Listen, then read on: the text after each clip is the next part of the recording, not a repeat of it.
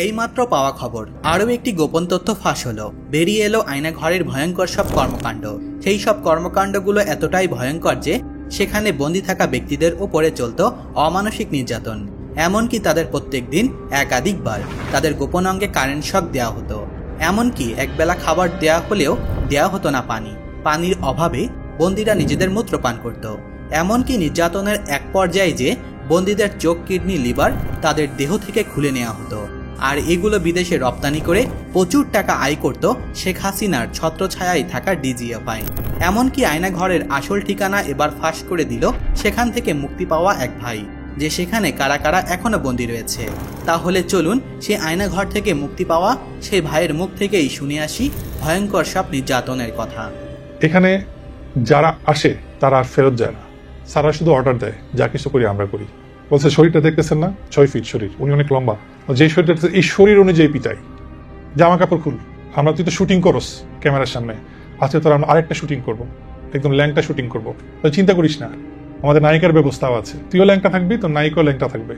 একজন নিয়ে আসছে শক, যেটা ইলেকট্রিক শক, 2টা ইলেকট্রিক শক নিয়ে আমার চুলের উপর দিয়ে আওয়াজ হচ্ছে, ইলেকট্রিক ঠাস ঠাস করে আওয়াজ হচ্ছে। কতজনকে তারা মারছে এবং গুম করছে সেই বিবরণ আমাকে দিচ্ছিল। আমি রেবে যখন ছিলাম আমি চেয়েছিলাম যে আমি রিটায়ারমেন্টে যাব, তো প্রধানমন্ত্রী তো আমার ছাড়তেছে না, তোর প্রধানমন্ত্রী আমার এই না ডিজিএফআই তে ঢোকাইল। এটা ওনার মুখের কথা। সবার একটা ধারণা যে ডিজিএফআই এর মেইন হেডকোয়ার্টারটা হচ্ছে যে 14 তলা বিল্ডিংটা গ্লাসের, ওইটা কি মনে করছে যে আয়নাঘর। হঠাৎ করে ফেব্রুয়ারির 4 তারিখ আমার কাছে প্রথম ফোনটা আসে বিভিন্ন নাম্বার থেকে। প্রথমে ওনাদের হেডকোয়ার্টারের নাম্বার থেকে আমাকে ফোন দেয়, তারপরে যখন ওইটা না ধরি তখন ওনাদের সেলফোন নাম্বার থেকে আমাকে ফোন দেওয়া হয়। আমি সেটাও ধরি না, কারণ এত ফোন আমার কখনো আমার ফোনে আসে না। 7 তারিখে শুধুমাত্র একটা দিনই মনে আমাকে ফোন করা হয় নাই। তো আমি তখন বলতেছি, দেখো এগুলা ফাইজলামি করছে, আমরা ডিসকাস করছিলাম আর কি, যে আমি আমার ওয়াইফ যে এগুলো কোনো স্ক্যাম মনে হয়, স্ক্যাম কোনো একটা বাজে উদ্দেশ্য নিয়ে ফোন দিচ্ছে, এরকম কিছু একটা। এই তো আজকে তো ফোন দিল না। 7 তারিখ ফোন দেয়া নাই। 8 তারিখ থেকে আবার ফোন দেওয়া শুরু। 8 তারিখে ফোন দিল, আবার 9 তারিখে গ্যাপ, 9 তারিখে ফোন দেয়া নাই। 10 তারিখ থেকে আবার ফোন। 12 তারিখে আমার ওয়াইফকে ফোন দেওয়া হলো। ফোন দিয়ে আমার ওয়াইফকে নানান রকমের, প্রথমে তো থ্রেট দেয় না, প্রথমে ভাবি আসসালামু আলাইকুম, উনি ওনার পরিচয় দিয়েছে, আমার নাম নওফেল। আমার ওয়াইফ জানতে চাচ্ছে আপনার নাম বলেন, আপনার নাম বলছেন না কেন, আপনি ফোন দিয়েছেন, আপনার পরিচয় তো বলবেন আগে, আপনি পরিচয় ছাড়া আপনি কিসের কি। তবে বলছে যে আমার নাম নওফেল, এরকম বললো। বলার পরে আপনার হাজবেন্ড তো বিভিন্ন অপরাধমূলক কাজের সাথে, রাষ্ট্রদ্রোহী কাজের সাথে সম্পৃক্ত, আপনি আপনার হাজবেন্ডকে একটু কালকে পাঠান আমাদের অফিসে। আমার ওয়াইফ বলতেছে যে কেন আমার হাজবেন্ড ওখানে যাবে কেন, আপনার পরিচয় কি। আমার ওয়াইফ বলছে আপনি সেটা আগে বলেন, দরকার আপনি আমার বাসায় আসেন, কি বলতে চান সামনাসামনি কথা বলি। আর সেটাও যদি না পারেন, আপনি তো পুরুষ মানুষ, আপনি রেস্টুরেন্টে বসেন, কালকে কোথাও বসি আমরা, সেখানে কথা বলি। তো অবশ্যই বসবো আমরা, হাজবেন্ডকে একটু পাঠান, আমরা ওনার সাথে একটু কথা বলবো, অনেক দাওয়াত খাওয়া যাবে, অনেক কিছু করা যাবে। তো এইভাবে করলো। তারপর বলতেছে যে ভাবি একটু রাখেন, আমার স্যার আমাকে ডাকছে, আমি আপনাকে আবার 5 মিনিট পরে ফোন দিচ্ছি, এই বলে ফোনটা রেখে দিল। তা মানে ফোন রাখার আগে বলতেছে যে আপনি কিন্তু 5 মিনিট পরে ফোন দিবেন, আমার ওয়াইফ বলছে, আমি আপনার কলের জন্য ওয়েট করছি। তো জি ভাবি, আমি কল দিচ্ছি। তারপর 5 মিনিট পরে আবার কল দিচ্ছে। তো আমার মনে হলো যে ওনাদের আশেপাশে অনেক মানুষজন, হয়তো বা আমার কল রেকর্ড হচ্ছে বা এরকম কিছু একটা, বা আমি কোনো একটা স্ক্যামের মধ্যে ফেসে যাচ্ছি, এরকম কিছু একটা। আবার ফোন দিল, তো যে ভাবি, ভালোভাবেই বলছি, ভদ্রভাবেই বলছি, আপনি কালকে আসে আপনার হাজব্যান্ডকে পাঠান, আমরা বেশিক্ষণ সময় নিব না, 10 মিনিট কথা বলবো। আপনি তো এই এলাকাতেই পড়াশোনা করেছেন, এখানে স্কুলে পড়েছেন, আদমজিতে কলেজে পড়েছেন, মানে ওর ব্যাপারে অনেক ইনফরমেশন জানে। বলে যে ঠিক আছে, আপনি, আমার ওয়াইফ তখন বিরক্ত হয়ে ফোনটা রেখে দিছে। তো এইভাবে গেল। 13 তারিখে তখন থেকে আমাদের মধ্যে কেমন একটা সিচুয়েশনটা কেমন খারাপ হচ্ছে আর কি, আস্তে আস্তে বাসার সিচুয়েশনটা। তো 13 তারিখে হঠাৎ করে, তখনও পর্যন্ত আমরা আমাদের অন্যান্য ফ্যামিলি মেম্বার থেকে ব্যাপারগুলো জানাইনি। 13 তারিখে আমি ঈশান নামাজ পড়ে বাসায় ঢুকলাম, বাসা ভর্তি মানুষ। আমার খালা দেখি কথা বলছে আমার মামার সাথে। তো মামা, ওই যে বললাম যে লেফটেন্যান্ট কর্নেল আমার মামা, উনি অবসরে গিয়েছেন। তো উনি তখন বাংলাদেশে ছিলেন না, উনি ব্যাংককে ছিলেন। তো খালা আমাকে বলতেছে যে রানা, তোমার মামা তো ফোন দিছে, তোমার সাথে কি ব্যাপার নিয়ে যেন কথা বলবে, একটু কথা বলো তো। তারপর আমি পাশের রুমে গেলাম, পাশের রুমে গিয়ে মামার সাথে কথা বলছি। মামা আমাকে বলতেছে যে তুই এই নামে কাউকে চিনোস, যে একজন লেফটেন্যান্ট কর্নেল আমাকে ফোন দিয়েছে। আমি বললাম যে কে, আমি তো চিনি না। যে আমাকে ফোন দিচ্ছে, তোকে যাইতে বলতেছে। তো আমি জিজ্ঞেস করলাম যে কি রিজন। তো বললো যে স্যার আপনাকে বলা যাবে না, আমরা তো যে কোনো কারণেই মানুষকে ডাকতে পারি, আপনি তো আমাদের প্রসিডিওর জানেনই, যে কোনো কাজে আমরা ডাকতে পারি। তো আমাকে এইভাবে বলছে, আমাকে খুব রিকোয়েস্ট করে বলছে। আবার এটাও বলছে আমাদের আর 2 দিন আছে আমাদের শিফটটা, যদি আমাকে মানে আমার কাছে আসে, মানে উনি যদি আসেন তাহলে ভালো হবে। যদি এই কাজটা যদি অন্য কেউ নেয়, মানে অন্য শিফট কারো কাছে যদি পড়ে, তাহলে তখন এটা স্যার আমাদের হাতে আর থাকবে না। আমার মামাকে এটা বলছে আর কি, মানে আমাদের কাছে উনি আছেন, খুব উনি সেফ থাকবেন, বাট অন্য কেউ যদি এই কেসটা হ্যান্ডেল করে তাহলে আমরা বলতে পারছি না সেটা কি হবে। তো এটা কাইন্ড অফ একটা থ্রেড, মামাকে একটা থ্রেড দিল।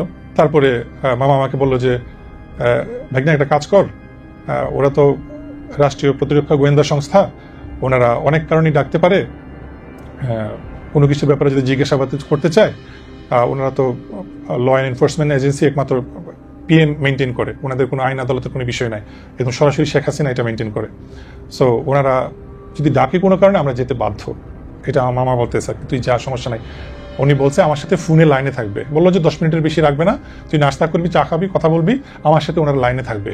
ঠিক আছে, রাতটা খুব বাজে গেল আমাদের ফ্যামিলির মধ্যে। তখনই জানলো যে এরকম কেউ আমাদেরকে প্রায় লাস্ট 15 দিন ধরে ডিস্টার্ব করছে, ফোন দিচ্ছে, ব্ল্যাঙ্ক কল আসতেছে বিভিন্নভাবে। আমরা আজকে 15 দিন ধরে খুব মানে ডিস্টার্ব, ফ্যামিলি মেম্বাররা তখনই জানলো। তারপরে বাসায় একটা খুব বাজে একটা অবস্থা। তো মামা আবার বলে দিল, মামারই একজন মামার সাথে কাজ করে, আগে আর্মিতেই উনি ছিলেন। মামা বললো যে তুমি যাবা ওর সাথে, মানে তুমি থাকলে ওর একটু ভালো লাগবে, সমস্যা নাই। ওই আঙ্কেলকে, যে আঙ্কেল আমার সাথে যাবেন, সে আঙ্কেল আবার দেখলাম যে আমার খালাকে ফোন দিচ্ছে বারবার, ফোন দিয়ে বলতেছে যে ওনাদের স্যাররা আমাদের সাথে কন্ট্যাক্ট করতেছে, ওইখান থেকে ডিজিএফআর এর স্যাররা কন্ট্যাক্ট করতেছে, ওনারা হচ্ছে মানে কর্নেল, ব্রিগেডিয়ার জেনারেল টাইপের আর কি। ওই পোস্টের লোকজন আমাদেরকে যোগাযোগ করছে, ওনাদের একটা পছন্দ আছে, একটা মানে ওনাদের একটা ডিমান্ড আছে। ডিমান্ডটা কি? ওনারা একটু লেটেস্ট আইফোনটা চাচ্ছে, যদি এটা দিয়ে দেয় ওরা আর যেতে হবে না, মানে আমাকে আর যেতে হবে না কালকে সকালে। তো ওনার ছেলে মেয়েরা পছন্দ করে আইফোন লেটেস্ট। তো আমার বাসায় তখন আমার ওয়াইফের জন্য আমি 15 Pro Max যেটা লেটেস্ট যেটা আইফোন, ওইটা কিনলাম ওর জন্য, ওকে গিফট করবো। ওইটা আমার ওয়াইফ তখন শুনলো, তো বলছে আমার কোনো দরকার নাই, আমার ফোন দিয়ে দাও, কোনো সমস্যা নাই, তোমার যাওয়ার দরকার নেই, ফোন দিয়ে ঝামেলা বিদায় করবো, টাকা পয়সা লাগবে, টাকা পয়সা লাগলে টাকা পয়সা দিয়ে দাও, এভাবে বলতেছে আমার ওয়াইফ। সকাল হলো, সকালে আমি ফজর নামাজ পড়লাম, তাহাজ্জুদ পড়লাম, 6টার দিকে বের হলাম আমি, আমার ওয়াইফের সাথে আমার ওয়াইফের ফ্রেন্ড আছে সাথে, মিরপুরে নামলাম। মিরপুরে আমার এক খালা থাকে, ওনার বাসায় গেলাম।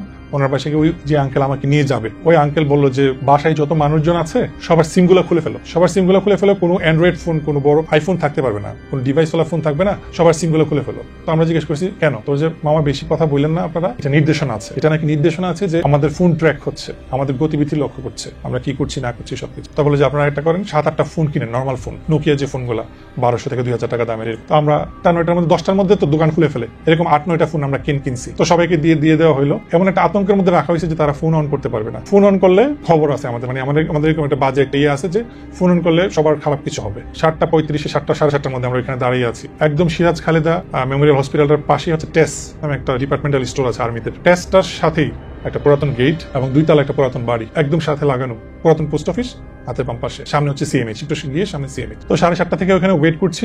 8টার সময় যখন আমি ঢুকবো তখন অলরেডি দেখলাম যে ওনাদের যে খাতা থাকে, লিস্ট করে, নাম লিস্ট করে, যেখানে ওইখানে আমার নাম লেখা রানা, এন্ট্রি, আমি এন্ট্রি করবো, এই টাইমে আমার এন্ট্রি। আমি গিয়ে সাইন করলাম। যখন ঢুকলাম তখন এয়ারপোর্টের মতো স্ক্যান করা হলো, যখন ইমিগ্রেশন ঢুকি না, যখন সিকিউরিটি চেক-ইনে আমরা যাই, পুরো স্ক্যান করা হলো। আমার ওয়ালেট ফোন টোন যা আছে ওনারা রেখে দিল, ওই আঙ্কেলও সবকিছু রেখে দিল, রেখে ওনাকে যে রিসেপশন রুমটা ছিল ওইখানে বসায় রাখলো, আমাকে শুধু ঢুকতে দিল, বলে যে আপনি না, কিন্তু কথা ছিল উনিও সাথে যাবে, 10 মিনিট মামা ফোনে লাইনে থাকবে, ওই আঙ্কেলের সামনে আমাকে যা জিজ্ঞাসাবাদ করা করবে, তারপর আমাকে ছেড়ে দিবে। ওই আঙ্কেলকে বললো যে আপনি না, শুধু উনি যাবে। তা আমার ফোন টোন ওরা সিজ করে সব রেখে দিল। স্ক্যান করে যখন ঢুকলাম আমি, তখন দেখলাম যে 60-70s এরকম একটা পুরাতন বাড়ি, 2 তলার বাড়ি, মানে আমি যতটুকু আমার তাকানোর মধ্যে প্যান করতে পারছি আমি দেখতে পারছি। তারপর নিচে দেখলাম অনেকগুলা পুরাতন মডেলের পাজেরো গাড়ি, নর্মাল গাড়িগুলো ছিল, একটু পুরাতন মডেলের, নতুন কোনো গাড়ি পেলাম না। 2 তলা একটা বাড়ি, এর ভিতরেই ওনাদের যে মেইন আয়না। আমার কাছে যেটা মনে হয়েছে যে 14 তলা যে কচু ক্ষেতের যে হেডকোয়ার্টারটা, এটা আমার কাছে মনে হচ্ছে সেটা ওনাদের অফিসারদের একটা অফিস, মানে যেখানে ওনারা অফিস করে, ওইখানেও থাকতে পারে, ওইটার ব্যাপারে আমি জানি না, ওইখানেও আয়নাঘর থাকতে পারে। আমার কাছে যেটা মনে হয়েছে এটাই হচ্ছে ওদের মেইন। তারপরে গিয়ে আমি একটা রুমে বসলাম, রুমটার মধ্যে 2টা সোফা, একটা সামনে 2জন বসার মতো, পিছনে দুজন বসার মতো, 2 পাশে 2টা সিসিটিভি ক্যামেরা, একটা জানালা আছে। তখন আমি ওয়াশরুমের জায়গাটা, সামনে একটা ওয়াশরুমের আছে, তো ওইটা তখন আমি জানি না। আমি গিয়ে বসলাম, নর্মালি বসে আর্মিদের বিভিন্ন ম্যাগাজিন গুলো আমি পড়ছি, বই টই ছিল শেলফের মধ্যে, নিয়ে আমি একটা ম্যাগাজিন পড়ছি। ভাবে হাফ এন আওয়ার চলে গেল। হাফ এন আওয়ার চলে যাওয়ার পরে ওনাদের একটা অফিসার আসছে, একদম সুটেড বুটেড, টাই পরা, ব্ল্যাক স্যুট, এসে আমার সামনে বসে আমাকে জিজ্ঞেস করছে, রানা ভাইয়া না? ও আচ্ছা আচ্ছা। উনি আমাকে পা থেকে মাথা পর্যন্ত দেখছে, আমি ওনাকে দেখলাম। ওনাকে আমি জিজ্ঞেস করলাম যে স্যার আপনি কি আমাকে কল করেছিলেন? সেটা আপনার জানার দরকার না কে কল। তো আমি বললাম যে আপনি কি মেজর মাহবুব? তো বললো যে কথা বলার দরকার নাই, স্যার যা বলার স্যার এসে বলবে। তারপর উনি কিছুক্ষণ বসে বসে আমার বিভিন্ন ক্রস কোয়েশনিং করছে। করিডোরে উনি বের হয়ে গেল। বের হয়ে যাওয়ার পরে এর 15-20 মিনিট পরে আমি তখন অলরেডি বসে একদম নর্মাল, একদম নির্ভার নিশ্চিন্তে আমি, কারণ আমি জানি যে ওনারা আসলে 10 মিনিট কথা বলবে আমার সাথে, তারপর তো আমি বাসায় চলে আসবো। আমার সবকিছু নর্মাল। আজকে যে আমার এত বড় একটা অনুষ্ঠান, আমার অ্যানিভার্সারি অনুষ্ঠান সবকিছু ঠিক। আমার মাথায় ওইটা একটা বারের জন্য কাজ করে নাই যে ওরা আজকের দিনটা আমার সাথে ম্যাচ করবে ভয়াবহভাবে। ওনাদের যে মেইন অফিসার যে উনি আসলো, উনি একটা ক্রিম কালারের স্যুট পরা ছিল, টাই পরা, ওনারা সবাই স্যুট পরা, আর কোমরের মধ্যে একটা পিস্তল আর ওনাদের ডিজিএফ এর আইডি কার্ড ঝুলছে প্রত্যেকের কোমরের মধ্যে। তারপরে এসে বসলো, বসার পরে আমাকে বলতেছে, হেই ডু ইউ নো এটা কোন জায়গা? ইংলিশে আমাকে বলছে। তাই মনে হচ্ছে না আমি জানি না। তো বললো যে জানার কথা না। আমার বলতেছে জানার কথা না। তারপর উনি এইভাবে বসে বসে আমাকে বলতেছে, ক্যান্সার চিনেন তো না? ধরেন পায়ের মধ্যে ধরেন ক্যান্সার হইলো, তখন আমরা কি করি? ধরেন আপনার এখানে ক্যান্সার হইলো, আমরা তখন কি করি? পাটা কেটে ফেলে দিই, তাই না? যে আপনি ওই জায়গায় আসেন। এটা হচ্ছে ওনার প্রথম কথা স্টার্ট। তারপরে বলে যে শুরু করেন। আমি বললাম স্যার হোয়াট, কি শুরু করবো? বলছে শুরু করেন, আপনি কি কি করেন, কি কি করছেন সব আমরা জানি, আপনি কি কি লেখালেখি করেন, আপনি কি কি সংগঠনের সাথে আপনি জড়িত, আপনি জঙ্গি সংগঠনের সাথে জড়িত না আরো কি কি সাথে জড়িত, আমরা সবকিছু জানি। এমন ভাবে পাজল করে ফেলছে, মানে আমি ওনাদের কথা কি অ্যান্সার দিব? যখন আমি না করতেছি যে আমি এটা করি নাই বা এটা আমি জানি না, ওনাদের দেখতাম যে ফেসের মধ্যে একটা ভয়াবহ একটা রূপ। যখনই আমি না করি বা বলি যেটা আমি করি নাই বা এটা আমি জানি না, তখন দেখলাম যে ওনারা আমার প্রতি খুব ক্ষেপে যাচ্ছে, এমন একটা অবস্থা। তারপরে আমাকে বলতেছে সবকিছু আপনি শেয়ার করেন, নাহলে এই আসছেন আর কিন্তু আপনি যেতে পারবেন। পুরো টোটাল অ্যাটমসফিয়ারটা এরকম ভয়ঙ্কর ছিল, আমি বুঝতে পারছিলাম যে আমি খুব কোনো একটা বড় কিছুতে আমি ফেসে যাচ্ছি। মানে আমি এটা আমার বারবার মনে হচ্ছে, এবং সেটা আমার লাইফ থ্রেটেনিং, খুব ভয়াবহ কিছু একটা হতে যাচ্ছে। ফোন কই, আপনার ডিভাইস কই, আমার বাসায় কি কি ডিভাইস আছে? আমি বললাম আমার বাসায় আমার ফোন আছে, আমার আইপ্যাড আছে, আমার ওয়াইফের ফোন আছে, আর বাসায় কম্পিউটার ল্যাপটপ এগুলো আছে। তো বলে যে আমাদের তো এগুলো লাগবে, আমাদের এগুলো লাগবে বলে ওনারা বলে যে আপনার ফোনটা কই, ফোনটা দেন। আমার ফোনটা নিয়ে নিল ওনাদের কাছে। ফোনটা নিয়ে ওনারা আমার সোশ্যাল মিডিয়ার প্রত্যেকটা ইয়েতে আমার পাসওয়ার্ড গুলা ওনারা একটা কাগজ দিল, কাগজের মধ্যে লিখতে বললো, আমি আমার সোশ্যাল মিডিয়ার পাসওয়ার্ড সবকিছু। আমি ওনাদেরকে একটা পর্যায়ে বলছিলাম যে আপনারা আমার সোশ্যাল মিডিয়াতে আপনারা কেন ঢুকবেন? তা বলে যে কোনো কথা বলবেন না, একদম মেরে ফেল। ওনারা আমার সোশ্যাল মিডিয়াতে ঢুকলো, আমার পাসওয়ার্ড নিয়ে প্রত্যেকটা ইয়েতে ঢুকলো। হঠাৎ করে বললো যে আমার বাসায় ফোন দিয়ে বলে যে আপনি আপনার বাকি ফোনগুলা, আপনার বাসায় কি কি ডিভাইস আছে এগুলা নিয়ে আসতে বলে। তারপরে আমি আমার ওয়াইফকে ফোন দিলাম, বাসার ফোন আর তোমার ফোন যা যা আছে এগুলা নিয়ে আসো। তো আমার ওয়াইফ ফোন নিয়ে আসলো। তো মোহাম্মদপুর থেকে ক্যান্টনমেন্টে আসা, ওই দিন আবার ভ্যালেন্টাইন্স ডে, রাস্তায় হিউজ জ্যাম, ও একটা মেয়ে মানুষ, রাস্তায় গাড়ি ওইভাবে অ্যাভেলেবেল না, আমাদের যেহেতু কার নাই, সো সিএনজি ছাড়া কোনো ভরসা নাই। সো ওই মুহূর্তে সিএনজি পাওয়াটা খুব টাফ ছিল, কারণ আমি ওনাদের কাছে বন্দি, ও বাসায় এত কিছু টেক কেয়ার করতেছে, বাসায় যে কেউ রান করবে এই বিষয়গুলোতে, কারণ অন্যান্য বিষয়গুলোতে ওনাদের টেক কেয়ার করতে হবে। তো ও ফোনগুলা নিয়ে আসলো, নিয়ে এসে ওনাদের কাছে দিল। ওনাদের একটা লোক আসছে, বাইকে করে আসছে। পরে আমি যেটা শুনতে পারলাম, যারা এই ডিভাইসগুলো পিক করলো, জাহাঙ্গীর গেটে আসলো, ওই যে ক্যাপ্টেন্স যে রেস্টুরেন্টে, ওইখানে দাঁড়াইতে ওরা বললো, ওইখান থেকে ডিভাইসগুলো নিল, বলে যে আপনি চলে যান, আমাদের স্যার সবকিছু হওয়ার পরে ওকে ছেড়ে দিবে। তারপর আমার ওয়াইফ ও তো দিদি কানাকাটি, খুবই বাজে অবস্থা, ও এখান থেকে যাবে না এমন একটা অবস্থা। আমার ওয়াইফের সাথে ওর একটা ফ্রেন্ড ছিল, ও কোনো মতে বুঝাই টুঝে একবার প্রথমবারের মতো বাসায় নিয়ে গেল। ওর তখনও থ্রেট দেওয়া হয়েছে যে বাসায় গিয়ে যেন ও কাউকে কিছু না বলে। ও বাসায় গেল, বাসায় গিয়ে 5 মিনিটও বসতে পারলো না। ওই মুহূর্তে আবার আমাকে দিয়ে ফোন করে বলা হলো যে পাসপোর্ট লাগবে, আমার পাসপোর্ট লাগবে। আমার পাসপোর্ট চাওয়া হলো। আমি আমার ওয়াইফকে তখন আবার ফোন দিলাম, মানে ওরাই ফোনটা দিল, ফোন সবকিছু তো ওদের কাছে। আমার ফোনটা দিল, আপনি আমার ওয়াইফকে বলেন, কারণ আমার পাসপোর্টে আমি বলছি যে আমি দেশের বাইরে পড়াশোনা করেছি, আমার ইউকে ভিসা আছে সবকিছু। তো বলে যে এই ওর পাসপোর্টটা নিয়ে। আমি আমার ওয়াইফকে ফোন দিলাম, বললাম যে তুমি পাসপোর্টটা নিয়ে আসো। তারপরে ও পাসপোর্টটা নিয়ে আসলো আবার এইভাবে মোহাম্মদপুর থেকে। তারপরে ও যখন পাসপোর্টটা দিয়ে যখন দাঁড়ায় রইলো, আবার কিছুক্ষণ পরে বললো যে বাসায় আর কি ডিভাইস আছে। তারপরে ওরা কাইন্ড অফ তুই তো গাড়িতে চলে আসলো, এর আগ পর্যন্ত আপনিতে ছিল, তুই তো গাড়িতে চলে আসলো।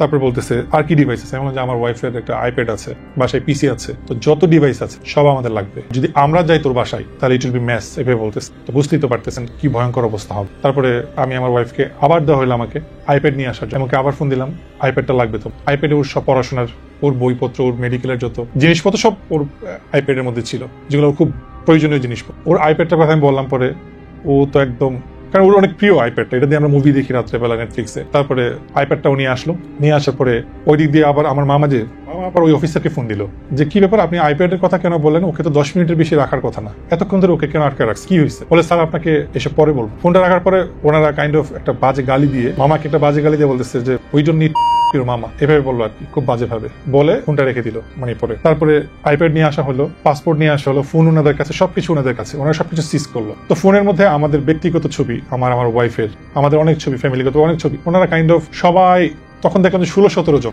আসছে, এক একজনকে দাওয়াত দিয়ে আনে, যেভাবে আনে ফোন দিয়ে ধরেন এক একজন এক এক জায়গায় ছিল দায়িত্বরত, তাদেরকে ফোন দিয়ে এই তুমি কই আছো, কে আছো, এভাবে প্রায় 16-17 জনকে ডেকে নিয়ে আসছে। কেউ পায়ে উপরে এভাবে পা উপরে তুলে বসছে সোফার উপরে, কেউ এভাবে কারো ঘাড়ে হাত দিয়ে, মানে এটা যেন একটা, আমি যেন একটা জলসা ঘর, একটা তামাশা ঘর, আমি একটা তামাশার মধ্যে পড়ে গেছি। সবাই কাইন্ড অফ আমাকে নিয়ে একটা তামাশা করতো, এক পর্যায়ে আমাকে বলতেছে জামা কাপড় খুল, তুই তো শুটিং করস, আজকে তোর আমরা আরেকটা শুটিং করবো, একদম ল্যাংটা শুটিং করবো, চিন্তা করিস না, আমাদের নায়িকার ব্যবস্থা আছে, তুইও ল্যাংটা থাকবি, তোর নায়িকাও ল্যাংটা থাকবে, আমরা শুটিং করবো এখন। তারপরে আমার জামা কাপড় খুলতে নিছিল, ঠিক ওই মুহূর্তে আমাদের মহিলা একটা অফিসার বলতেছে, কি স্যার শুটিং করছেন নাকি? তা বলছে জি জি ম্যাম। তো ওই মহিলাটা ঢুকছে পরে, আমি তো এইভাবে ছিলাম, আমি তো দেখি নাই, বাট ভয়েসটা শুনলাম। ওই মহিলার কারণে হয়তো আমার জামা কাপড়টা খোলা হয় না। আর কিছুক্ষণ পরেই সবাইকে দাঁড়া করে এলো, যে অফিসার গুলা ছিল, ওনাদেরকে দেখে আমার বেশ কয়েকজনকে মনে হয়েছে তারা বাংলাদেশি না, তাদের অ্যাকসেন্ট, বডি ল্যাঙ্গুয়েজ, আমাদের বাংলাদেশিদের ফিগার তো আমরা জানি। তো এক একজনকে পরিচয় দিচ্ছিল, মানে তাদের এক একজনের আইডেন্টিটিটা এইভাবে ওনারা বলতেছিল যে আমি এতটা এনকাউন্টার করছি। একজন বলতেছে, প্রথম যে বলছে আপনি আমাদের চিনেন না এখনো,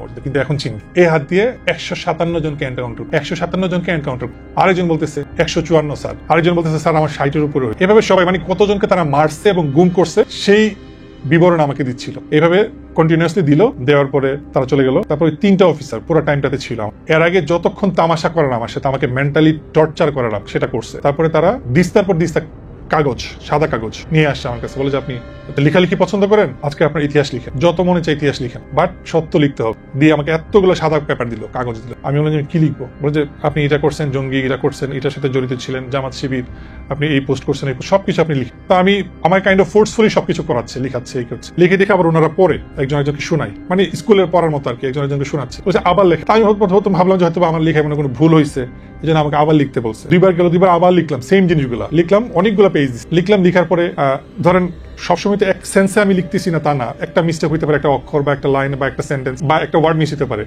এটার সাথে আগেরটা কেন ম্যাচ করলো না, আগের লেখাটা কেন ম্যাচ করলো না, একটু আগে যেটা লিখে দিলাম, সেই জন্য তারা খেপে গেছে, ওইটা ছিঁড়ে ফেলছে, ছিঁড়ে আমাকে আবার মুখের উপর ছিঁড়ে মারছে যে আমি আবার যেন লিখি। এভাবে মানে আমি 1 দেখে 1.5 দিস্তা আমি লিখছি, শুধু আমার হাত ব্যথা হয়ে গেছে। আমি জীবনে এত, আমার এক্সামে এত লেখা লিখি। লিখলাম, লেখানোর পরে ওনারা স্ট্যাম্প নিয়ে আসলো, 300 টাকার স্ট্যাম্প, একটু পরে নিয়ে আসলো। তখন সন্ধ্যার দিকে স্ট্যাম্প নিয়ে আমাকে ইচ্ছা মতো জোর জবরদস্তি করে আমি এই সংগঠনের সাথে কি হক্কাতুল জিহাদ, কি জিহাদ, বিভিন্ন কয়েকটা জিহাদ সংগঠনের, এগুলো আমাকে লিখতে বললো। আমি অনেক কিছু আমাকে লিখাইছে, এই দিয়ে পিস্তল তাক করা অলরেডি আমার ইয়াতে। এর একটু পরেই আমি যখন স্টেটমেন্টটা দিলাম, লিখে দিলাম, লিখে দেওয়ার পরে ওনারা একজনকে বললো যাও জিনিস নিয়ে আসো, কথাটা ছিল এটা এইভাবে। তো একজন গেল, একটু ইয়াং টাইপের একটা ছেলে আমাদের ভিতরেই। তারপরে কয়েকজনকে ফোন দিল, এইভাবে কয়েকজনকে ফোন দিল, এক একজনের কাছে এক এক জিনিসপত্র। একজন নিয়ে আসছে শক, যেটা ইলেকট্রিক শক প্যাকেট, নতুন একটা প্যাকেট, পলিথিন থেকে বের করে সুন্দর করে এইভাবে আমাকে দেখাচ্ছে, আমার কাছে এনে এইভাবে দেখাচ্ছে, মানে আমার মুখের কাছে এসে আমাকে ভয় দেখাচ্ছে। তারপরে আরো কয়েকজনে মিলে এমন কিছু অস্ত্র নিয়ে আসছে, যে অস্ত্রগুলো আমি নেটফ্লিক্সে থ্রিলার মুভিতে, সাইকো থ্রিলার মুভিতে আমি দেখেছি। এরকম লোহার রডের মতো, এরকম বড়, এতটুকু হবে একটা অস্ত্র।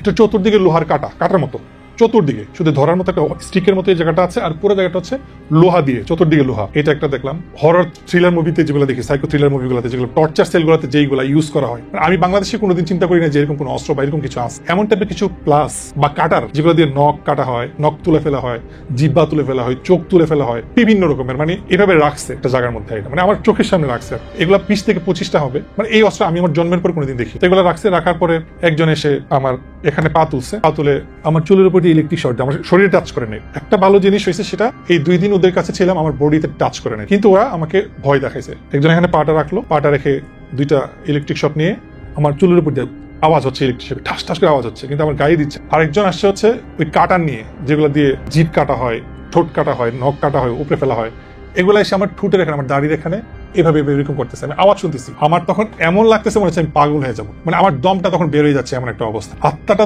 ধুকধুক করতেছে, এরকম একটা সিচুয়েশন যে আমি মনে এখনই মারা যাবো। ওরা মানে কিছু একটা ম্যাচ করবে আমার সাথে, খুব বাজে কিছু করবে। এইভাবে চললো প্রায় 30 থেকে 40 মিনিটস, এভাবে চললো, কিন্তু আমার গায়ে ওরা টাচ করতেছে। তারপর একটা জম টুপি ছিল, কালো জম টুপি, যেগুলো ফাঁসিতে ইউজ করা, আমাকে বলতেছে জম টুপিটা পরাও মাথায়। একজন আসছে আমার জম টুপি পরাইতে, আরেকজন বলতেছে হাতে হাত করা লাগে। তারপরে একজন এসে আমার হাতে হাত করা লাগাই ফেললো। জীবনের প্রথমবারের মতো আমার হাত করা আমি দেখলাম সামনে, আমি লাইভ দেখছি হাত করাটা পরাইলো। আরেকজন জম টুপিটা পরাইতে যাচ্ছিল। তবে আমি যতটুকু বুঝতে পারছিলাম, মানে পরে আমি বাসায় এসে এত মাস, এই 6 মাস আমি চিন্তা করছি, পরে একটা ভিজুয়াল করছি যে বিষয়গুলো মানে এরকম হতে পারে। তো জম টুপিটা পরাইতে গিয়েও আমাকে আর পরায় নাই, হাতে হ্যান্ডকাফ লাগানো ছিল, হ্যান্ডকাফটা 2 মিনিটের মতো রাখছে, তারপর খুলে ফেলছে। এগুলা ওরা আবার ওই জায়গাটা রেখে দিচ্ছে, মানে ওরা আমাকে বলছে যে সোফা থেকে উঠ, দাঁড়া, আমাকে দেয়ালে পর্যন্ত লাগাই ফেলছে, আমাকে আমার বডি ধাক্কা দিয়ে এভাবে। ওরা আমাকে মারে নাই, কিন্তু আমাকে বুকে ধাক্কা দিছে, আমি দেয়ালে গিয়ে এভাবে লাগছে। তারপরে এভাবে তুলছে, অনেক দূর, গায়ে আঘাত করে নাই, অনেকবার তুলছে।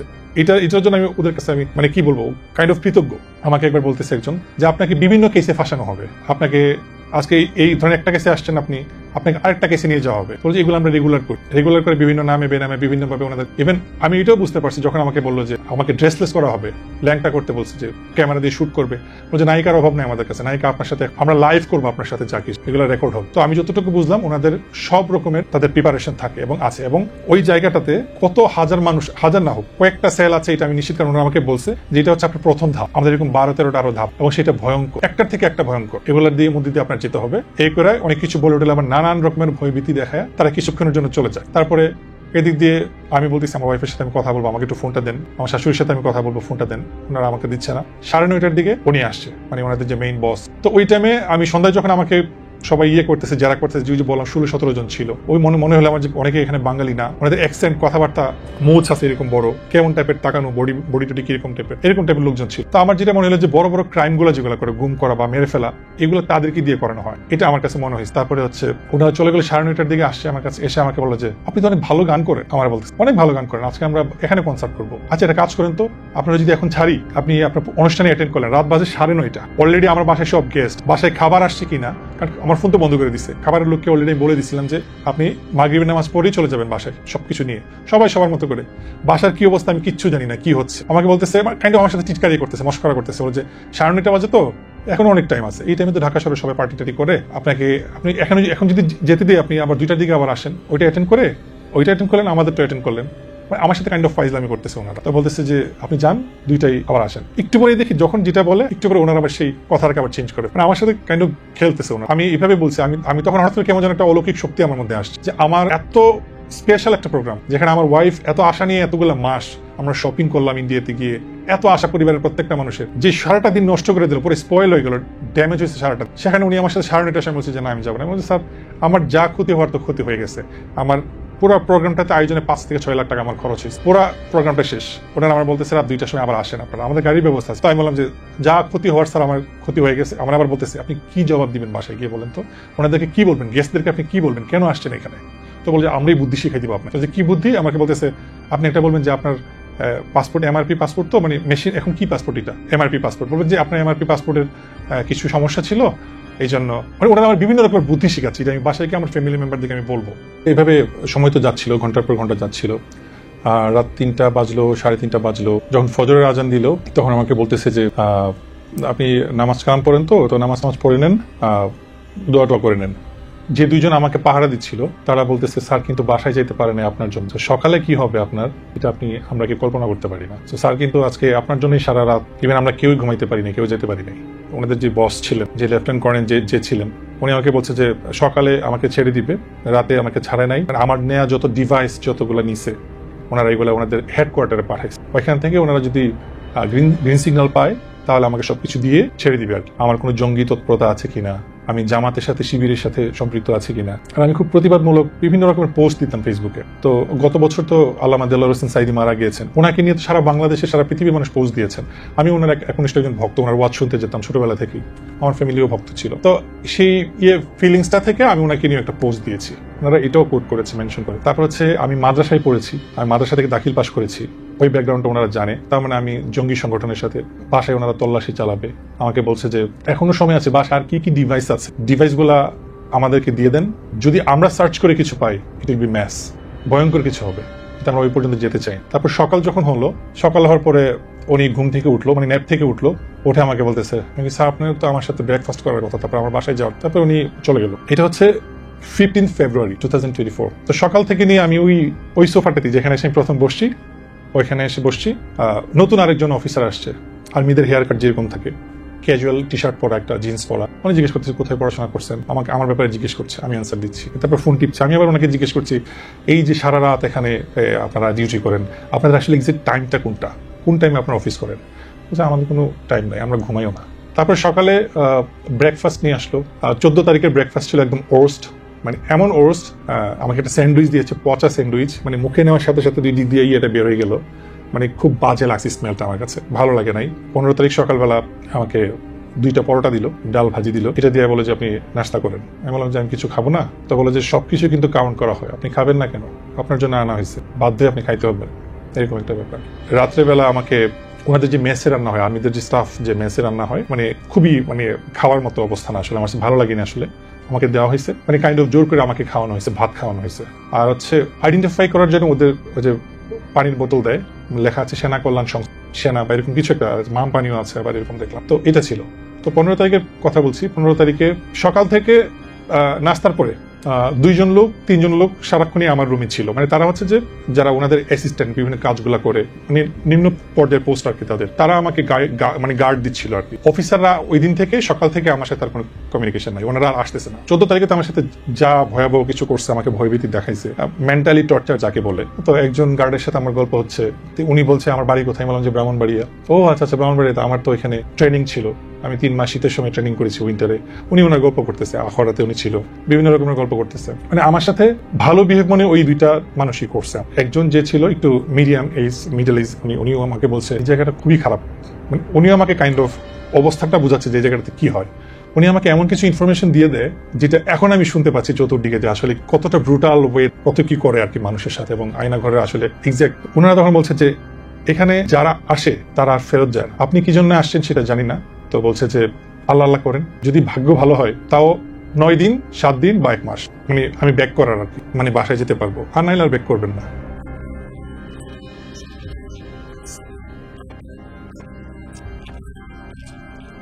ওনারা শুধু এটাই বললো যে প্রচুর, মানে এই প্রচুর দিয়ে আমি বুঝতে পারি যে এখানে থাউজেন্ডস এবং। উনি কিছুক্ষণ গল্প টল্প করলো, গল্প টল্প করার পরে ধরেন উনি ওয়াশরুমে গেল বা লাঞ্চ ব্রেকে গেল বা কোনো কিছুর জন্য গেল, আরেকজনকে দিয়ে গেল। উনি আবার আমার সাথে গল্প ভালো বিহেভ করতেছে, কথাবার্তা বলতেছে। আর উনি আবার এমন এমন গল্প করতেছে যে ধরেন ওনাদের বসদের সাথে ওনারা সাথে আছে, ওনাদের একটু পাওয়ার আছে, যা ইচ্ছা ওনারা করতে পারে এই ডিজিএফআই এর নাম ভাঙিয়ে। তো ওনারা আবার বলতেছে যে আমার গ্রামে এমন একটা কিছু হয়েছিল, জায়গা সম্পত্তি নিয়ে বিভিন্ন কিছু নিয়ে অনেকগুলো টাকা এক জায়গায় পেতাম, তো টাকাটা দিচ্ছিল না। ও তো জানে না যে আমি আসলে কোন জায়গায় কাজ করি। তো আমি আমার বসকে বললাম যে স্যার 15-20 লাখ টাকা তো আমার জায়গার দাম, এরকম এরকম টাকাটা দিচ্ছে না, কি করতে পারি? তো বস আমার বলছে, এভাবে ইশারাতে বলছে।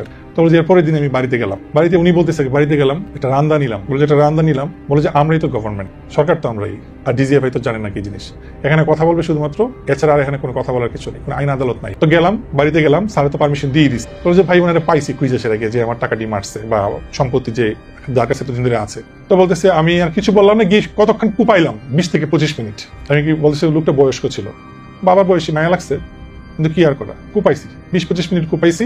তারপর স্যারের ফোন দিয়েছি, স্যার বলতেছে যে চলে, বলছে টাকাও নিছি, হেরে মারছিও, টাকাও পাইছি, এইভাবে আমাকে শোনাইতেছে। তো বলছে স্যারের মাথাটা আজকে নষ্ট আছে, এক হচ্ছে আপনার জন্য ঘুমাইতে পারে না সারা রাত, তার কিন্তু 2 তালাতে কিন্তু খুব চিল্লাচিল্লি করতেছে আমাদের সাথে। স্যার যখন একটু পরে আসবে খুব কেয়ারফুলি আনসার দিয়ে সাবধানে কথাবার্তা বললেন, নাহলে কি হবে আপনি তো বুঝতেই পারতেছেন। বলতেছে যে স্যারা শুধু অর্ডার দেয়, যা কিছু করি আমরা করি। বলছে শরীরটা দেখতেছেন না, 6 ফিট শরীর, উনি অনেক লম্বা, যে শরীরটা এই শরীর অনুযায়ী পিটায়। তারপর বলতেছে যে এটা তো আপনার একটা মানে এটা হলো আপনার অভ্যর্থনা কক্ষ, আমরা বলতেছে এটা, এখানে এমন এমন রুম আছে যে রুম আপনি দেখলে আপনি নিজেই সেন্সলেস হয়ে যাবেন। মানে আমাকে এমন ভাবে উনি কথা বলতেছে, এবং এটা শুধু গল্প না, খুশ গল্প না, এটা আসলেই আছে। তো ওই দিক দিয়ে যে আমাদের বাসার লোকজনের সাথে তারা কমিউনিকেশন করে, টাকা পয়সার লেনদেন করতেছে, এটা তো আর আমরা জানি না, আমি জানি না ওই মুহূর্তে, আমি বাসায় সেগুলো শুনছি। তো ওই সকাল থেকে ওই স্যার যারা 14 তারিখে যে 3জন ছিল অফিসার ছিল, তাদের চেহারা আর আমি দেখি না। ওই সারাদিন চলে গেছে, কারণ ওই সারাদিন তারা আমার ফ্যামিলির সাথে ডিল করছে, কত লাখ টাকা দিলে আমাকে ছাড়বে। সারাদিন কোনো কমিউনিকেশন নাই, আমার সামনে আসে না, একটু একটু আসে, একটা বলতেছে যে ল্যাপটপটা এখানে আছে, আপনি ধরেন নাই তো, আমার বলতেছে পাশে একটা ল্যাপটপ রাখা ছিল ওনাদেরই, যেটা দিয়ে আমার ফেসবুক টিসবুক দেখছে, আমার অ্যাক্টিভিটি দেখছে, আপনি ভালো গানও করেন, আপনি তো অনেক মিউজিক ভিডিও আছে, এভাবে বলতেছে। হ্যাঁ তো ধরেন নাই তো, আমি তো রাতে ছিলাম না এখানে, নেবার আমি ধরি না, কেন ধরবো? ল্যাপটপটা নিয়ে ওনাকে আমি মানে আরেকজন যে অফিসার ছিল তাকে আমি ওই মূর্তি দেখছি, তারপর সে চলে গেল। ওনার চেহারা দেখি না আমি মোটামুটি বিকেল পর্যন্ত, আর ওনাদের কার্ড দেখি, কারণ ওনারা তখন আমার ফ্যামিলির সাথে ডিলিং বেস্ট। আমার ফ্যামিলির লোকজনকে বলতেছে এই ব্যাংকে যান, এই ব্যাংকে এত টাকা দেন, আমাদের বসকে এত টাকা দিতে হবে, আমাদের স্যারকে এত টাকা দিতে হবে, অন্য এলে মানবে না। তারপর কি করছে, আমার যে ওয়ালেট সব নিয়ে গেছে, আমার ডেবিট কার্ড, আমার ক্রেডিট কার্ড, এভরিথিং তারা নিয়ে নিছে। নিয়ে কোন কোন ব্যাংকে আমার কত টাকা আছে, কত লাখ টাকা আছে, আমার ভিজিটিং কার্ড দেখে দেখে বলতেছে আপনি আর কি কি কাজের সাথে জড়িত আছেন বলেন। মানে এই বিষয়গুলো ওনারা জানতেছে যে আমার ব্যাংক ব্যালেন্সটা কতটা হেলদি। আমার সবকিছু নিয়ে চলে গেল, ডেবিট কার্ড, আমার ক্রেডিট কার্ড, ক্যাশ টাকা ছিল কিছু, এগুলো ওনাদের কাছেই। আমার 4টা আইফোন, যেটা আমার ওয়াইফকে আমি ইউনিভার্সিটি গিফট করার জন্য এনেছিলাম আমি ইউএস থেকে, সেই ফোনটা পর্যন্ত তারা তাদের কাছে নিয়ে নিল। তারপরে এভাবে সকাল চলে গেল, দুপুর সন্ধ্যা হয়ে গেল।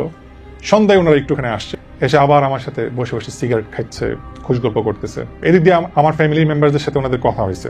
আমার মামাও ওনাকে অনেকবার ফোন দিয়েছে, কথা বলেছে যে কখন ছাড়বেন, কি অবস্থা। তো স্যার কিছু নর্মাল কোয়েশ্চেন ছিল, তো স্যার ছেড়ে দিব, আসছে ঠিক আছে। মানে মামাকে ওনারা তুচ্ছতা ছিল করতেছে, এরকম একটা ব্যাপার। 14 তারিখে তো খুব বাজে বিহেভ করছে, মামার ফোনও ধরে নাই, রেসপন্সও করে নাই অনেকভাবে, কারণ মামা একজন আর্মি অফিসার, তারা এরকম, তাদের কিন্তু মানে কোর্সমেটই ধরতে গেলে একসাথে। আমার ফ্যামিলির সাথে তারা লিটারালি একটা গেম খেলছে। বাসায় যে মহিলা মানুষগুলো ছিল, আমার ওয়াইফ, আমার খালা, অন্যান্যরা যারা আত্মীয় স্বজন আরো যারা ছিল, তাদেরকে দৌড়ায় বারবার ক্যান্টনমেন্টে নিয়ে আসছে। এই মোবাইল দাও একবার, একটু পরে পাসপোর্ট দাও, একটু পরে আইপ্যাড দাও, পুরাটা টাইম তারা 14 তারিখে দৌড়াইছে। ওনাদের ডিমান্ড ছিল এটা তুমি বাসায় এসে শুনছি। প্রথম যখন 1 লাখ ম্যানেজ করে দিছে, প্রথম 2 লাখ দিছে, 2 লাখ দেওয়ার পরে বলতেছে যে আচ্ছা ঠিক আছে আমরা একটু করে ছেড়ে দিব। তারপর বলতেছে যে আমি তখন একটা নাম শুনলাম জিয়াউল নামে বা জিয়া নামে এরকম কারো নাম, যে আমাদের ওই স্যারকে দিতে হবে 1 লাখ। তারপরে মানে টোটাল 3 লাখ হয়েছে। তা আমাদের বাসার যারই যতটুকু যা ছিল, আমার খালার একটু গোল্ড ছিল, আমার ওয়াইফের যা ছিল সব বিক্রি করে ফেলছে, আমার শাশুড়িরও কিছু গোল্ড ছিল আমার ওয়াইফের কাছে, ওইগুলো সহকারে 3 লাখ টাকা দিল আর কি কচুক্ষেত থেকে। এবং ওনাদের লোক আসছে, ক্যাশ টাকা দিল, মাস পরে আসে টাকাটা পিক করছে, তারপরে চলে গেছে। 15 তারিখে আমাকে ওরা তেমন কিছুই বলে নাই, মানে ওনারা সব টাকা পয়সা সবকিছু ওনাদের মতো করে পেলো, আমার ফোনগুলা পেলো, তারপরে হচ্ছে পাসপোর্ট ওনাদের কাছে, আমার পাসপোর্টটা নিয়ে নিল বাসা থেকে এনে। তারপরে আমাকে 1:45-2টার দিকে আমাকে ছাড়লো, আমার ওয়াইফ এসে আমাকে নিয়ে গেছে আর কি। 14 তারিখে পুরো টাইমে ওনাদের এখানে ছিলাম। আমাকে বলা হয়েছে যে ওইখান থেকে যখন আমাকে ছাড়লো, আমাকে বললো যে আমার ওয়াইফ ফ্যামিলিকে বললো যে এখানে যা কিছু হয়েছে 2টা দিন 2টা রাত যা কিছু হয়েছে, আমি যেন একটা 2 অক্ষর শব্দও যেন আমি বাইরে কোথাও এক্সপোজ না করি বা কাউকে না শেয়ার করি। আমাকে এইভাবে বলা হয়েছে, যদি বলা হয়, শুধু ওনারা এইভাবে বলতেছিল, এইভাবে দেখাচ্ছিল যে আমাকে মেরে ফেলবে। যখন আমাকে ছেড়ে দেয় আমাকেও বলছে এই কথাগুলো, এবং আমার ওয়াইফকেও বলছে যেন বাইরে গিয়ে এসব কিছু না বলি। ফেব্রুয়ারির পর 14 তারিখের পর আজকে 6টা মাস এই গভর্নমেন্ট চেঞ্জ হওয়ার পরে, কারণ আমাকে, আমার ওয়াইফকে, আমার ফ্যামিলিকে বলা হয়েছে যে আমরা নজরদারিতে আছি। আমার পাসপোর্ট ওরা 5.5 মাস, আমি গত মাসের 27 তারিখে আমার পাসপোর্ট পেয়েছি আমার হাতে। সেটা আমার মামাকে ফোন দিয়া, আমার মামাকে, মানে যেই মামা, আমার যে লেফটেন্যান্ট কর্নেল, আমার যে মামা, ওনাকে পর্যন্ত এই 5.5 মাস বিভিন্নভাবে হ্যারাস করা হয়েছে। ওনাকে অফিসে যেতে বলে, আজকে দিয়ে দিবে, ফোন দিয়ে দিবে, আজকে ফেসবুকের এটা দিয়ে দিবে, আজকে পাসপোর্ট দিয়ে দিবে, এই করে করে মামাকে কম হলে 20 থেকে 40 বার মামা গেছে। যাওয়ার পরে বলে যে আজকে তো সান নাই, আজকে পারতেছি না, আমরা আরো ইনভেস্টিগেশন বাকি, এই বাকি সেই বাকি। এই লোকটাকে এত হ্যারাস করা হয়েছে, মামা পর্যন্ত বিরক্ত হয়ে গেছে। শেষ পর্যন্ত মামা অনেকটা রাগও হয়েছে আমাদের প্রতি, মানে ওনারও তো কাজ আছে, ওনারও তো বিজি, ওনার ফ্যামিলি আছে, মানে ব্যাপারটা মামাই ডিল করতেছিল, মানে আমাদের কারোর সাথে আর কোনো যোগাযোগ করে না, আমার ওয়াইফের সাথে না। আমার ওয়াইফ বলছে যেদিন আমাকে ছেড়ে দেয় রাতের বেলা, আমার ওয়াইফ বলছে যে কোনো কিছু যাই হোক না কেন, আমি ওর ওয়াইফ হিসেবে তো এটা আশা করতে পারি যে কোনো, যদি আপনারা ইচ্ছা করেন যে কল দেওয়ার জন্য, প্রথম কলটা আমার কাছেই আসবে। আমার ওয়াইফ এটা বলে আসছে, তো ওনারা বলছে যে হ্যাঁ আপনাকেই কল দেবো, কিন্তু আমার ওয়াইফকে কোনো কল দেওয়া হয় নাই। কথাগুলো বলতো আমার মামার সাথে বলে মামাকে বারবার নেওয়া হতো, এই করতো সেই করতো, কিন্তু কোনো কিছু দিত না। তাদের কাছে আমার এখন 4টা ফোন আছে, আমার প্রায় 1 লাখের মতো ফলোয়ার, সেই ফলোয়ারের ফেসবুক আইডি আছে, পেজ আছে। তারা এই 6 মাস ধরে এটা আটকে রাখছে, তাদেরকে চাওয়া হয়েছে, তারা দিবে না, দেয় নাই, কোনো রেসপন্স করে নাই। বাংলাদেশের মানুষ কিন্তু শুধু পুলিশ পর্যন্তই জানে যে কোনো কিছু হইলে, ক্রাইম হইলে মানুষ পুলিশের কাছে যাবে, আর সর্বোচ্চটা জানে কি ডিবি, ডিটেকটিভ ব্রাঞ্চ। কিন্তু আরো যে কিছু আছে, মানে আরো যে কিছু সংস্থা আছে যারা পুরো বাংলাদেশকে চালায়, এটা সাধারণ মানুষ বুঝে না। কিন্তু আমি এটা আজকে বলতেছি, পুলিশ হচ্ছে একটা আই ওয়াশ, চোর তাদেরকে ধরার জন্য পুলিশ, সর্বোচ্চ ডিবি যেগুলো হচ্ছে নর্মাল যে ইনভেস্টিগেশন গুলো করে। কিন্তু সারা বাংলাদেশের আপনি ইন্টারনেট বলেন, ইনফরমেশন বলেন, মানে তথ্য ভিত্তিক যত যা কিছু আছে, মানুষকে ফাঁসানো, এমপি বানানো, মন্ত্রী বানানো, চেয়ারম্যান বানানো, মেম্বার বানানো, এই সব কিছু করে ডিজিএফ, এভরিথিং। মানুষ এটা জানেই না, মানুষ শুধুমাত্র ওই যে পুলিশ পর্যন্ত আর ডিবি পর্যন্তই জানে। আরো যে সংস্থা আছে ডিজিএফআই, এনএসআই, এসএসএফ, ওই সম্বন্ধে মানুষের কোনো আইডিয়াই নাই। তারপর যে অফিসারটা ছিল সে বলতেছে যে আমি র্যাবে ছিলাম 7 বছর 8 বছর, বুঝে নিত, আমি কাজ করতে চাই না, কিন্তু প্রধানমন্ত্রী তো আমার ছাড়তে চায় না, এভাবে বলছে কথা। আমি র্যাবে যখন ছিলাম আমি চেয়েছিলাম যে আমি রিটায়ারমেন্টে যাবো, তো প্রধানমন্ত্রী তো আমার ছাড়তে চায় না, তো প্রধানমন্ত্রী আমার এই না ডিজিএফআই তে ঢোকাইল, এটা ওনার মুখে। তো বলতেছে এই জন্য আমি এখানে। তো বুঝুন তো কত প্রিয় আমি প্রধানমন্ত্রী, আমার এইভাবে বলতেছে, খুব প্রাউডলি বলতেছে। আর বাকি অফিসারগুলো তো বলতেছিল এতজনকে মারছে, এনকাউন্টার করছে, খুব প্রাউডলি। ওনাদের ফেসের মধ্যে কোনো ইয়ে নাই, অনুশোচনা বোধ নাই যে এতগুলো মানুষকে মারছে, এতগুলো মায়ের বুক খালি করছে, এতগুলা সন্তানের বাবাকে মারছে, অনেক মানুষ, হিসাব ছাড়া সেটা। এবং সবার একটা ধারণা যে ডিজিএফআই এর মেইন হেডকোয়ার্টারটা হচ্ছে যে 14 তলা বিল্ডিংটা গ্লাসের, ওইটা কি মনে করছে যে আয়নাঘর। অনেক মানুষ কিন্তু এটাও বলে যে আমার বাসা তো কাফরুলে, কচু খেতে, প্রতিদিন আমি স্কুলে যাই, কলেজে যাই, বাজারে যাই, অফিসে যাই, এই বিল্ডিংটা তো চোখে পড়ে। এখন মানুষ বলতেছে এই বিল্ডিং এ যে এত কিছু হয় আমরা তো জানতাম না। এই যে এই সরকার পরিবর্তনের পরে মানুষজন যখন কথাবার্তা উঠতেছে আয়নাঘর নিয়ে, তখন কিন্তু মানুষজন এই ব্যাপারগুলো নিয়ে কথা বলছে। কিন্তু আমার বিশ্বাস সারা বাংলাদেশে তো অনেক জায়গায় ওদের এই টর্চার সেলগুলো আছে, গোপন সেলগুলো আছে, কিন্তু অন্যতম হচ্ছে এটা, যেটা আমি ছিলাম, আমার যেটা মনে হয়েছে, কারণ এটা পুরাতন বাড়ি, এটা যদি কেউ ফাইন্ড আউট করতে পারে। আমি অনেক হিউম্যান রাইটস অর্গানাইজেশন কাজ করতেছে, আমি অলরেডি জানি। আমি তাদেরকে বিনীতভাবে অনুরোধ করতে চাই যে আপনারা প্লিজ এই জায়গাটাতে একটু দেখুন, ওই যে ওইটা ভুলে যান, 14 তলা বিল্ডিং, আয়নাঘর, কচু ক্ষেত, ওইটা ভুলে যান। আপনারা ওইটা জায়গাটাই যান, সিরাজ খালেদা মেমোরিয়াল হসপিটালের পাশে সামনেই এর সাথের যে বিল্ডিংটা, পুরাতন বিল্ডিংটা, 2 তলা একটা বাড়ি, ওইখানে যান। ওইখানে গেলে আপনারা অনেকগুলা টর্চার সেল পাবেন এবং তাদের সবকিছু পাবেন, যত অস্ত্র আছে সবকিছু এখানে পাবেন। এবং ওইখানে যে কতগুলো গোপন আস্থানা আছে, অনেক আছে, এটা আমি বলতে পারি। এবং অনেক মানুষ এখনো বন্দী, তাদের এক্স্যাক্টলি অনেক অনেক লোকেশন আছে তাদের এই বন্দিশালা, যা এখনো পর্যন্ত পাবলিশ হচ্ছে। কিছু কিছু মাত্র অফিসারকে হয়তো বা চেক করা হয়েছে, তাদের চাকরি থেকে বরখাস্ত করা হয়েছে, কিন্তু তাদের সাথে যে আনুষঙ্গিক অন্যান্যরা যারা ছিল, যারা সম্পন্ন করছে, তাদেরকে পর্যন্ত ধরা উচিত, তাদেরকে পর্যন্ত জিজ্ঞাসাবাদে আনা উচিত। এবং আমি এই জিনিসটাও দেখছি, আমাকে যখন ওরা ছেড়ে দেয়, ছেড়ে দেওয়ার 20 মিনিট আগে আমি তখন ঈশান নামাজ পড়লাম। ঈশান নামাজ পড়ে তখন আরেকটা কেসের জন্য ওরা প্রিপারেশন নিচ্ছে। আমি সোফাতে বসা, আমি অলরেডি সোফাতে বসা, তখন 2 জন লোককে ডাকা হই। এই ওই নামটা আমি শুনি, হিন্দু নামটা আমি শুনি নাই। তখন ওই অফিসার গুলোই বসা, 5-6 জন ছিল, ডেকে আনছে। ওনারা এইভাবে পিছিয়ে হাত দিয়ে দাঁড়াইছে, ইয়েস স্যার এভাবে। তো ওনারা আমার কাহিনী তো শেষ, আমার তো যা টাকা পয়সা পাওয়ার, যা পাওয়ার গেইন করার তো পেয়ে গেছে, সব তো পেয়ে গেছে। এখন তো আরেকজনকে ফাঁসাইতে হবে। তো আমাকে শুক্রবার বা শনিবারে ছাড়ছে, তো রবিবার আরেকজনকে আমার মতো মুরগা বানাবে, এরকম ভাবে বলদ বানাবে। তো সেই প্ল্যানটা তারা করতেছিল, আনছে 2 জনকে। তাদের এত বড় মোচ, ইয়া মুটা, তারা বাংলাদেশি না, আমি কসম করে বলতে পারি তারা বাংলাদেশ। 2 জনকে আনছে, বলতেছে যে ফোন করা হয়েছে এখান থেকে, সে ঢাকার বাইরে। আমি যতটুকু তাদের কথা শুনে বুঝতে পারছি সেই লোকটা ঢাকার বাইরের, নিশ্চয়ই প্রভাবশালী কেউ বা এরকম কেউ, হোয়াট এভার। ওনারা এমন ভাবে বলছে যে আমরা প্রাইম মিনিস্টারকে ছাড়া কাউকে করার টাইম নাই আমাদের, শুধু এক্সেপ্ট প্রাইম মিনিস্টার। ওনারা এইভাবে বলছে আমার কাছে। তারপরে ওই 2 জনকে নিয়ে আসলো, এনে বলতেছে, তাই ওনাদেরকে তাকাইছি। তখন আমি কিছুটা রিল্যাক্স, আমি বাসায় তো যাচ্ছি। ওই 2টা লোককে বলতেছে রবিবারে সকাল 8টায় স্ট্যান্ড বাই থাকবা এখানে, ইয়েস ওকে। সে বলতে ইয়েস স্যার, আবার ইয়ে করছে, স্যালুট। আরেকজন আসবে, আমি জানি না ওই লোকটার কপালে কি ছিল, ভাই ওই লোকটা বেঁচে আছে কিনা। এই এন্ট্রিটাও যদি দেখা হয় না, অসংখ্য এরকম রানা থাকে। আমি দেখি যে প্রথম নামটা আমার উপরে ছিল ওই দিনে আমাকে নিয়ে ওনারা টানা হেঁচড়া করবে, ড্রামা করবে। প্রথম নামটা আমার ছিল, রানা। আসবে, টাইম লেখা 8টায় ঢুকবে। ওই লোকটা যখন পৃষ্ঠাগুলো উল্টা ছিল, অসংখ্য এত বড় খাতাটা, হাজিরা খাতা থাকে না, এত বড় হাজিরা খাতাটা, সবগুলাতে কোনোটাতে দেখলাম রেড মার্ক দেওয়া, কোনোটাতে ব্লু মার্ক বা কালো এরকম দেওয়া, এভাবে দেওয়া আর কি। এরা আসছে এখানে, কিন্তু আমার বিশ্বাস বা খুঁজ নেওয়া উচিত তারা আদৌ তাদের বাসায় ফিরে গেছে কিনা, যারা এখানে আসছে। এখন একটা সাহস আসছে যে আমি কথা বলতে পারছি, আমি চিন্তাও করতে পারি না যে এই বিষয়গুলো নিয়ে আমি কোনদিন কথা বলবো। তাই আমার বিশ্বাস, আমার ইচ্ছা যে আমার এই বিষয়গুলো অন্যদের মতো দেখা হবে। শুনলেন তো কতটা ভয়ঙ্কর কর্মকাণ্ড হতো আয়না ঘরের ভেতরে, কতটা মানসিক অমানসিক নির্যাতন করা হতো বন্দীদের। যারাই বা শেখ হাসিনা এবং তার সরকারের বিরুদ্ধে প্রতিবাদ করত, তাদেরকেই এই আয়না ঘরে নিয়ে এসে নির্যাতন করা হতো, যার উজ্জ্বল দৃষ্টান্ত এই ভাই। আয়না ঘরের কঠোর নির্যাতনের ব্যাপারে আপনার যদি কোনো মন্তব্য থেকে থাকে, তাহলে অবশ্যই কমেন্ট বক্সে কমেন্ট করে জানাতে পারেন।